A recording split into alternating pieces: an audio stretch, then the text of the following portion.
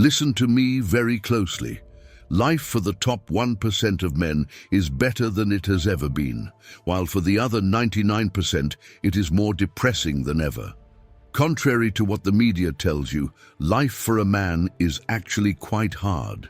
It's like a video game where you start at level 0 and every single day you have to work to level up. If you don't, someone else will, taking the money, the life, and even the wife that could have been yours. Let that sink in. Imagine your dream woman.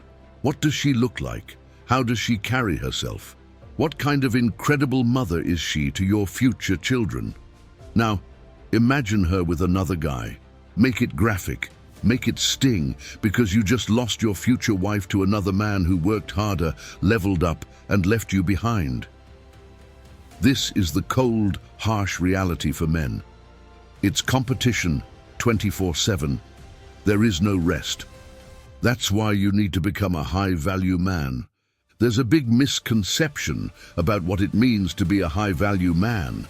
Most of the guys you watch online either don't know or haven't been in the trenches long enough to understand. You don't become high value in a few weeks or months. It's a commitment. I'm going to share with you 5 steps to become a high value man. All 5 need to be true for you to call yourself one. This isn't easy, but what other option do you have? Step 1. Remove any crutches. First, you need to remove any crutches. Yes, you should be rich, have a good body, and have abundance with women.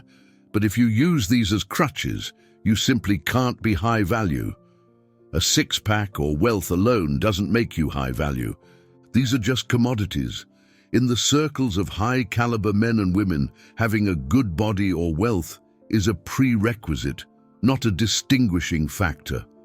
Marcus Aurelius said, "You have power over your mind, not outside events. Realize this, and you will find strength." This means that true value comes from within, not from what you own or how you look. Epictetus advised, "No man is free who is not master of himself." Mastery over your desires and impulses is what sets a high-value man apart.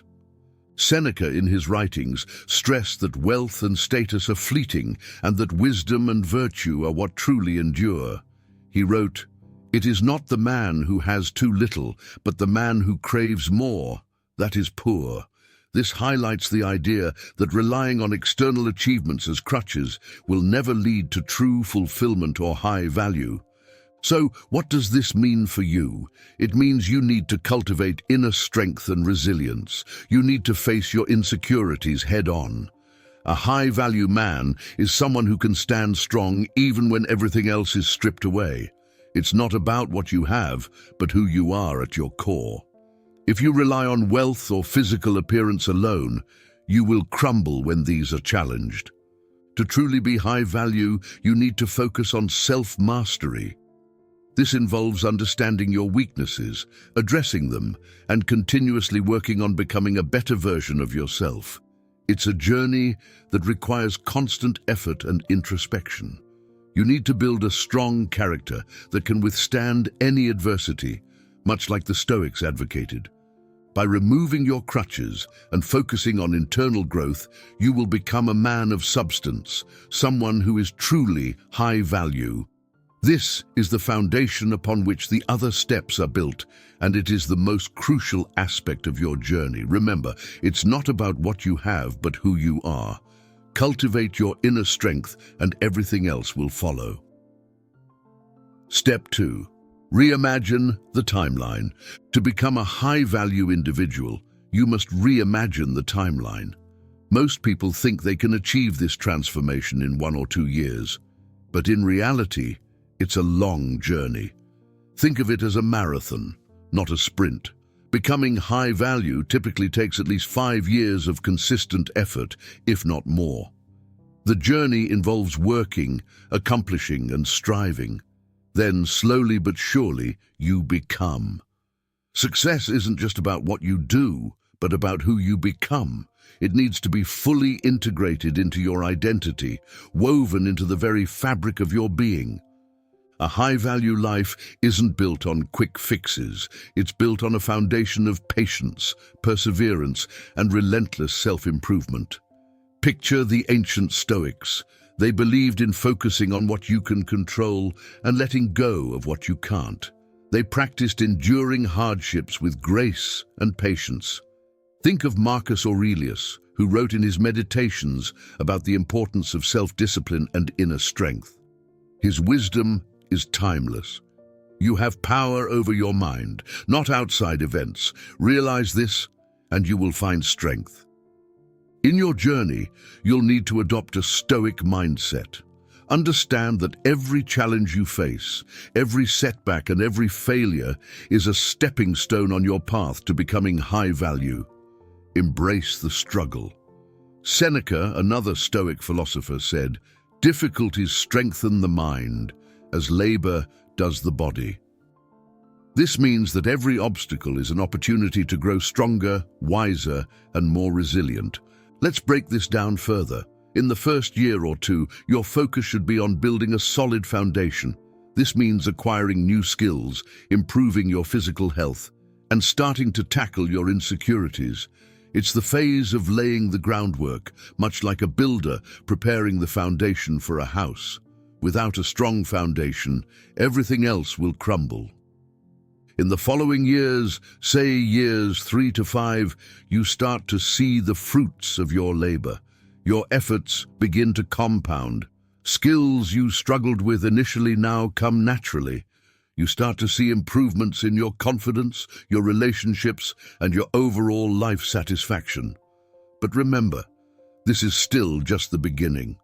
Years 5 to 10 are where the transformation becomes truly evident.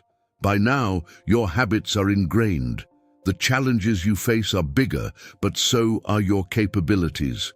This is where you start to become someone others look up to, someone who embodies the principles of a high-value individual. Through it all, keep the wisdom of the Stoics close.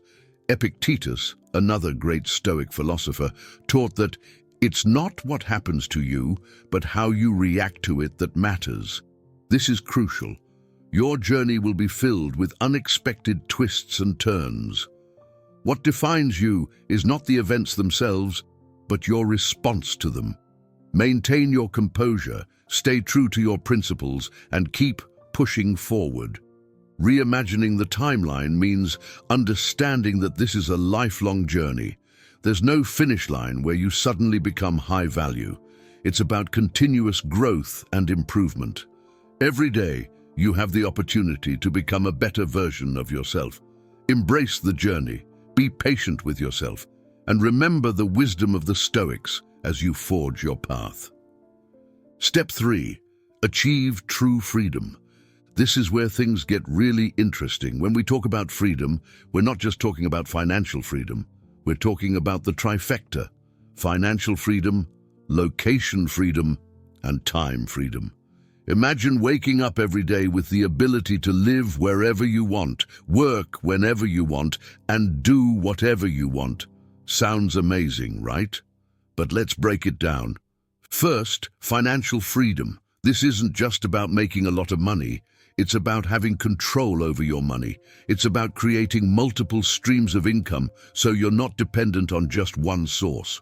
Think of it like this. Passive income is a myth, but leveraged income is very real. Leveraged income is when you create systems and processes that generate income for you even when you're not actively working. This could be investments, businesses, or side projects that continue to bring in money. Marcus Aurelius once said, "Wealth consists not in having great possessions, but in having few wants." It's essential to understand that financial freedom isn't about extravagance. It's about knowing what truly matters to you and focusing your resources there. Live below your means, invest wisely, and don't get caught up in the rat race of endless consumption. The real power lies in being content with less, while still having the ability to afford more if needed. Next up is location freedom. This is the ability to live and work from anywhere in the world. With the rise of remote work, this has become more attainable than ever. but achieving location freedom requires careful planning and the right career choices. You want to build skills that are in demand globally, not just locally. Think about digital skills, entrepreneurship, or roles that can be done remotely. Seneca said, "Every new beginning comes from some other beginning's end." This means being ready to adapt and change as needed. Location freedom is about being adaptable and open to new experiences. It's about having the courage to step out of your comfort zone and explore the world, knowing that you can sustain yourself no matter where you are. Lastly, we have time freedom. This is perhaps the most precious of all. Time freedom means having control over your own schedule. It's the ability to decide how you spend your days, rather than having it dictated by someone else. This is where the concept of leveraged income becomes crucial again. By creating systems that work for you, you free up your time to do what you truly love. Epictetus, another great Stoic philosopher, emphasized the importance of using our time wisely. He said, "It is not that we have a short time to live, but that we waste a lot of it." Time freedom isn't just about having lots of free time. It's about using your time purposefully. It's about dedicating time to personal growth, to relationships, to your passions. Now, achieving true freedom isn't easy. It requires discipline, planning, and a lot of hard work. You have to build those income streams, develop skills that are in demand, and constantly work on yourself to become the kind of person who can handle this freedom responsibly. But the rewards are worth it. Imagine being able to decide every morning what you want to do with your day. Want to work on a new project? Great.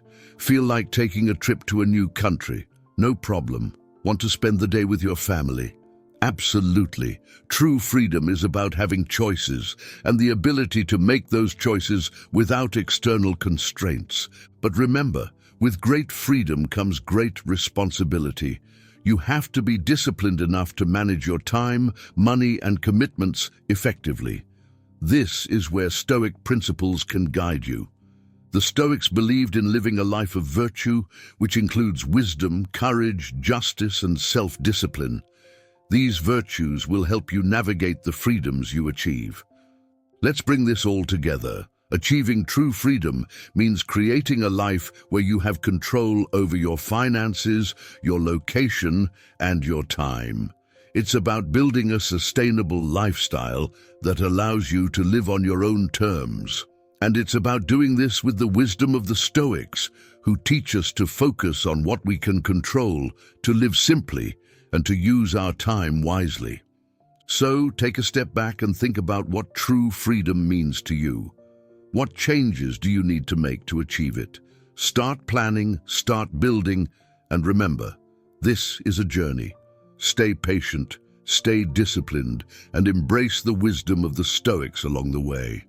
You've got this. Step 4, embrace adversity. This one might sound tough, but trust me, it's crucial. Adversity is something that either life will throw at you or you'll have to seek out yourself. But why would anyone want to seek out adversity?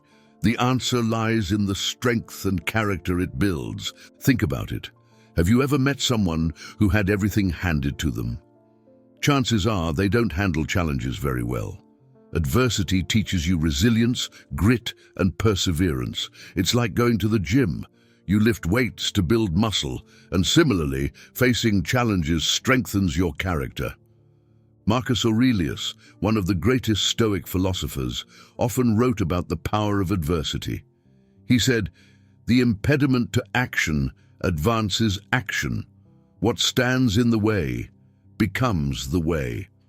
This means that the obstacles you face aren't just hurdles to overcome, they're essential parts of your journey that propel you forward. If you've had a relatively cushy life, you might need to create your own adversity. This might sound strange, but it's true. Put yourself in situations that test you. Learn cold approach if social anxiety is your thing. Run a marathon or take on a difficult project. Do something that pushes you out of your comfort zone.